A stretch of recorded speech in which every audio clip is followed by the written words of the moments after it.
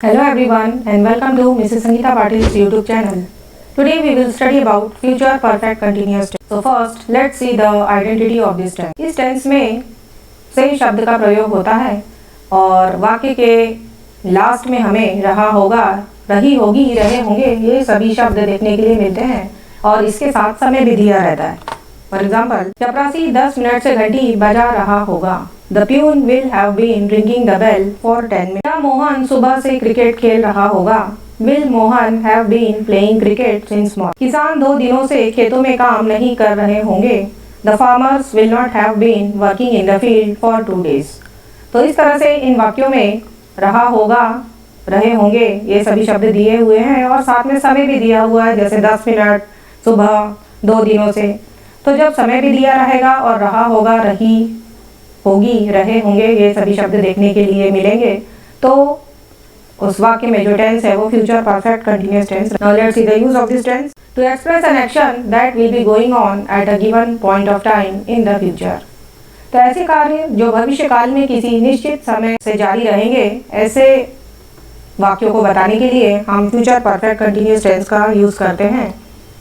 For example, he will have been working on this project since January. वह इस project पर जनवरी से कार्य कर रहा होगा।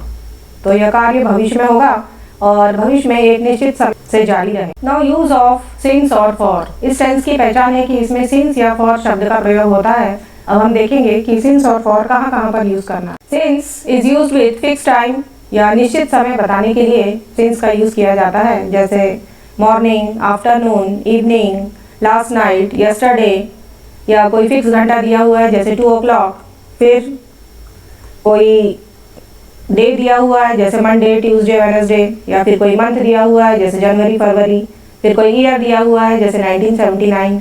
तो ऐसी कोई फिक्स चीज़ अगर दी हुई है, फिक्स समय अगर दिया है, तो वहाँ पर हमें सिंस का यूज़ करना है। Then for is use for period of time या अवधि बताने के लिए फॉर का यूज़ किया जाता है और अवधि पहचानने का सीधा सा तरीका है कि उसमें संख्या दी हुई रहती है। For example, 3 hours, 3 minutes, 3 seconds, 3 days, 3 months, 3 years, etc. तो यहाँ पर महीना, दिन या वर्ष दिया रहेगा और यहाँ पर महीने, दिन या वर्षों की संख्या दी रहेगी। तो इस तरीके से हम बहुत आसानी से पहचान सकते हैं कि कहाँ पर सिंस आएगा और कहाँ पर फॉर। अब इस टेंस को हम 4 टाइप के सेंटेंसेस में देखेंगे। तो सबसे पहला है अफर्मेटिव सेंटेंस या सकारात्मक वाक्य। ऐसे सेंटेंस में नॉट एब्सेंट रहता है। Now let's see the structure. किसी भी सेंटेंस में सब्जेक्ट और ऑब्जेक्ट ये तो रहता ही है। अलग से जो इसमें लगेगा वो है विल या शाल। फ्यूचर है तो इसमें विल या शाल लगेगा ही। विल या शाल के साथ हमेशा है भी आता है। वर्ड लगेगा बीन, फिर V1 प्लस ing, फिर ऑब्जेक्ट प्लस सिंस या फॉर और साथ में इसमें समय भी दिया है। तो इस तरीके से हम देखें तो यहाँ पर फ्यूचर, परफेक्ट और कंटिन्यूअस। कंटिन्यूअस में रहता है V1 प्लस ing और फ्यूचर परफेक्ट में रहता है विल, शाल प्लस हैव। तो इन दोनों टेंसों को अगर जोड़ दिया जाए तो फ्यूचर परफेक्ट कंटिन्यूअस टेंस बनता है और दोनों टेंस को जोड़ने के लिए जिस शब्द का यूज होता है वो है BEEN, बीन, और समय इसमें अलग से दिया रहता है। तो ये सिंस या फॉर हमेशा लास्ट में रहेगा। विल और शाल के लिए तरीका याद रखना है कि आई और वी अगर दिया हुआ है तो इसके साथ हमेशा शाल आएगा और बाकी जितने भी रहेंगे उन सभी के साथ आएगा will. For example, he will have been drawing a picture for 2 hours। वह 2 घंटे से एक चित्र बना रहा होगा। Children will have been singing a song for an hour. बच्चे 1 घंटे से एक गाना गा रहे हों। तो इसमें ing लगा हुआ है, समय भी दिया हुआ है। My father will have been living here since 1980। मेरे पिताजी यहाँ पर 1980 से रह रहे होंगे। अब यहाँ पे वर्ष दिया हुआ है तो सिंस आएगा। Geeta will have been writing a letter since morning. Geeta सुबह से एक पत्र लिख रही होगी। अब यहाँ पे भी फिक्स समय दिया है तो सिंस आएगा। यहाँ पर संख्या दी हुई है, एन आवर मतलब 1 घंटा, तो यहाँ पर फॉर आएगा। यहाँ पर भी 2 hours में संख्या दी हुई है तो यहाँ पर आएगा। Then second is negative sentence, नकारात्मक वाक्य। ऐसे सेंटेंस में नॉट प्रेजेंट रहता है। अब इसका स्ट्रक्चर देखते हैं। स्ट्रक्चर सेम ही रहेगा, बस इसमें अलग से जो वर्ड लगेगा वो है नॉट। तो विल और शाल के बाद इसमें नॉट लग जाएगा। तो सब्जेक्ट प्लस विल और shall plus not plus have plus been plus V1 plus ing plus object plus since या फॉर और साथ में इसमें समय दिया रहेगा। विल और शाल के लिए तरीका वही है। Let's see some examples. He will not have been drawing a picture for 2 hours। तो सेम अफर्मेटिव सेंटेंस में विल के बाद अगर हम नॉट लगा देंगे तो सेंटेंस हमारा नेगेटिव में चेंज हो जाएगा। तो वह 2 घंटे से एक चित्र नहीं बना रहा होगा। इसी तरीके से दूसरे वाक्य में children will not have been singing a song for an hour, यहाँ पे विल के बाद नॉट लगाएंगे तो ये सेंटेंस भी नेगेटिव बन जाएगा। बच्चे 1 घंटे से एक गाना नहीं गा रहे होंगे। My father will not have been living here since 1980, मेरे पिताजी यहाँ पर 1980 से नहीं रह रहे होंगे, यहाँ विल के बाद नॉट लगे। Geeta will not have been writing a letter since morning, Geeta सुबह से एक पत्र नहीं लिख रही होगी, यहाँ पर भी विल के बाद नॉट लग जाएगा। तो इस तरीके से ऑक्सिलरी वर्ब विल के बाद नॉट लगाने के बाद हमारा जो अफर्मेटिव सेंटेंस है वो नेगेटिव में change. Third is interrogative sentence या प्रश्नवाचक वाक्य। ऐसे सेंटेंस में क्वेश्चन वर्ड रहता है। ये क्वेश्चन वर्ड WH वर्ड हो सकता है या कोई ऑक्सिलरी वर्ब भी सामने हो सकती है और लास्ट में क्वेश्चन मार्क लगा रहेगा। Now examples of WH words, for example who कौन, विच कौन सा, वेयर कहाँ, व्हेन कब, व्हाट क्या, व्हाई क्यों, whom किसको, whose किसका, हाउ कैसे, हाउ मैनी कितने, हाउ मच कितना। हाउ मैनी काउंटेबल्स के साथ आएगा और हाउ मच अनकाउंटेबल्स के साथ आएगा। और जो ऑक्सिलरी वर्ब इसमें यूज होगी वो है विल या शैल, और इन दोनों के साथ हमेशा है भी आता है। तो इस तरीके से इंट्रोगेटिव सेंटेंस अगर है तो उसमें इनमें से कोई भी WH वर्ड दिया रहेगा या फिर ये जो ऑक्सिलरी है ये सामने लगी हुई रहेगी और लास्ट में क्वेश्चन मार्क लगा। Now let's see the structure. Question बनाने के लिए जो ऑक्सिलरी वर्ब है विल या शैल, इसको इधर सामने ला लेंगे और बाकी हमारा पूरा सेंटेंस का स्ट्रक्चर सेम ही रहेगा। Subject plus have plus been plus V1 plus ING plus object plus since for plus time और लास्ट में क्वेश्चन मार्क। तो इस तरीके से जो हमारा अफर्मेटिव सेंटेंस है उसे अगर प्रश्नवाचक बनाना है तो उसमें से विल या शैल को सामने ला लेंगे, बाकी पूरा सेंटेंस एज इट इज रहेगा और लास्ट में क्वेश्चन मार्क लगाएंगे तो हमारा सेंटेंस इंट्रोगेटिव में चेंज हो। किसी किसी सेंटेंस में WH वर्ड भी हो सकता है तो ऑक्सिलरी वर्ब विल या शैल के पहले WH वर्ड लगे और विल और शैल के लिए तरीका सेम ही है। Now let's see some examples. Will he have been drawing a picture for 2 hours? क्या वह 2 घंटे से एक चित्र बना रहा होगा? अब इसमें क्वेश्चन बनाने के लिए विल को इधर सामने ला लेंगे, इसके बाद सब्जेक्ट आएगा, बाकी पूरा पैटर्न सेम ही रहेगा तो हमारा सेंटेंस इंट्रोगेटिव में चेंज हो जाएगा। Children have been singing a song for an hour. क्या बच्चे 1 घंटे से एक गाना गा रहे होंगे? इसमें क्वेश्चन बनाने के लिए विल सामने आ जाएगा। Will my father have been living here since 1980? क्या मेरे पिताजी यहाँ पर 1980 से रह रहे होंगे? यहाँ पर भी विल सामने आएगा। Shall we have been writing a letter since morning? क्या हम सुबह से एक पत्र लिख रहे होंगे? इसमें क्वेश्चन बनाने के लिए शाल को सामने ला लेंगे। तो इस तरीके से क्वेश्चन बनाने के लिए विल और शाल को सामने लाना है, बाकी पूरा सेंटेंस सेम ही रहेगा और लास्ट में क्वेश्चन मार्क लगाना। Fourth type of sentence is interrogative and negative sentence, means प्रश्नवाचक वाक्य और नकारात्मक वाक्य।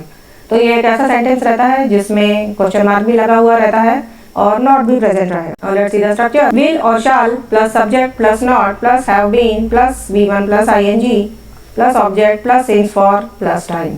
तो इस तरीके से स्ट्रक्चर सेम ही है, लेकिन जो सब्जेक्ट है उसके बाद इसमें लग जाएगा नॉट। इसमें शुरू में WH वर्ड भी लगा हो सकता है तो पैटर्न सेम ही रहेगा, बस WH वर्ड शुरू में लग जाएगा और सब्जेक्ट के बाद रहेगा not. Now let's see some examples. Will he not have been drawing a picture for 2 hours? क्या वह 2 घंटे से एक चित्र नहीं बना रहा होगा? तो यहाँ पर will सामने लगेगा और सब्जेक्ट ही के बाद लग जाएगा। Example, Will children not have been singing a song for an hour? क्या बच्चे 1 घंटे से एक गाना नहीं गा रहे होंगे?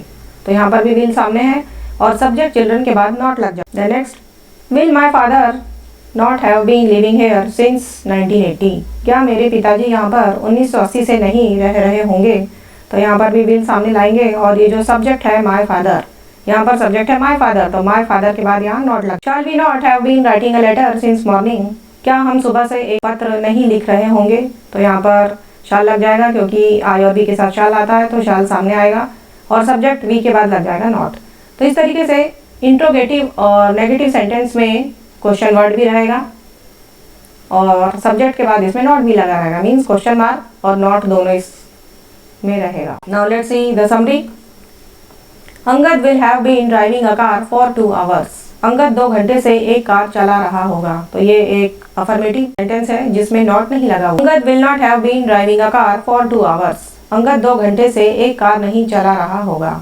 अब इसी सेंटेंस का अगर नेगेटिव बनाना है तो ये जो ऑक्सिलरी वर्ब है विल, इसके बाद लग जाएगा नॉट, तो सेंटेंस हमारा नेगेटिव में चेंज हो जाएगा। Will Angad have been driving a car for 2 hours, क्या अंगद 2 घंटे से एक कार चला रहा होगा।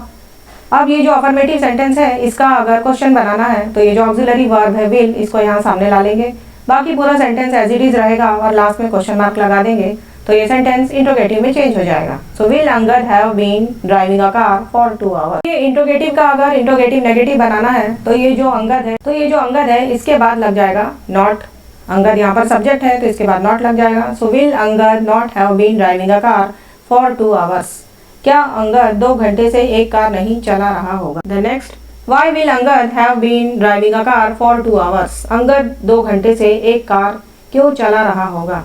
अब ये जो इंट्रोगेटिव सेंटेंस है इसके साथ में कोई WH वर्ड भी लगा हुआ हो सकता है, तो विल के साथ अलग से यहाँ पे वर्ड लगा है वाई।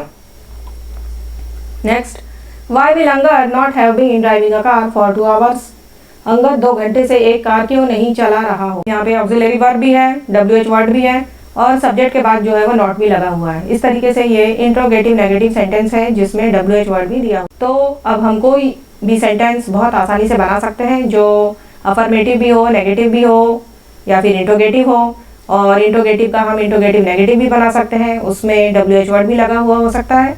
तो कोई भी सेंटेंस अगर दिया है तो आप उसे बहुत आसानी से इन सभी में चेंज कर सकते हैं। Now let's see some MCQs of this tense. Choose the correct form of future perfect continuous tense. तो फ्यूचर परफेक्ट कंटिन्यूअस टेंस का सही फॉर्म जो है वो आप। Question number 1, a boy will not have been blank blank 2 o'clock। अब यहाँ पर विल नॉट हैव बीन सभी दिया हुआ है लेकिन वर्ब नहीं दी है, तो वर्ब इसमें आएगी ING वर्ब। ING वाली वर्ब है रनिंग और यहाँ पे फिक्स टाइम दिया हुआ है 2 o'clock, तो इसके साथ आएगा since. So running and since.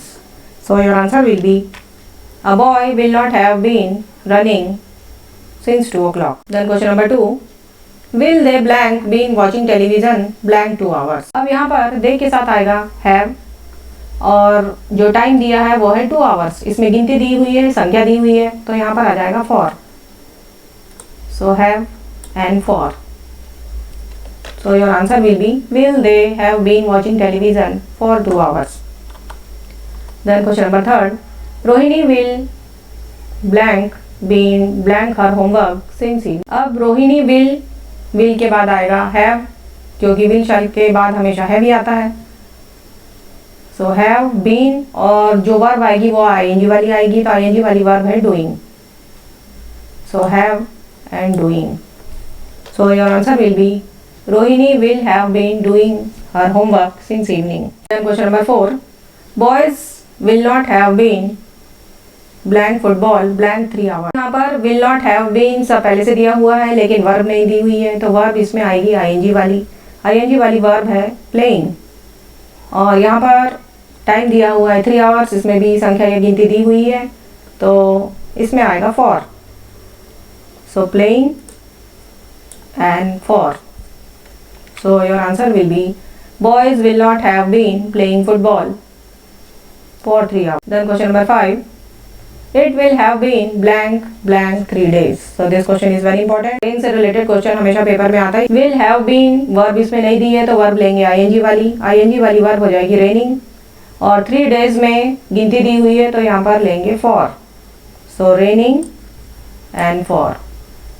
so your answer will be it will have been raining for 3 days। then question number 6, will a boy blank been blank since afternoon। इसमें question mark लगा हुआ है, it means ये interrogative sentence है, तो will शाल के साथ हमेशा हैव ही आता है, तो यहाँ पर आ जाएगा हैव बीन और जो वर्ब है वो ING वाली लेंगे, तो ING वाली वर्ब हो जाएगी क्राइंग।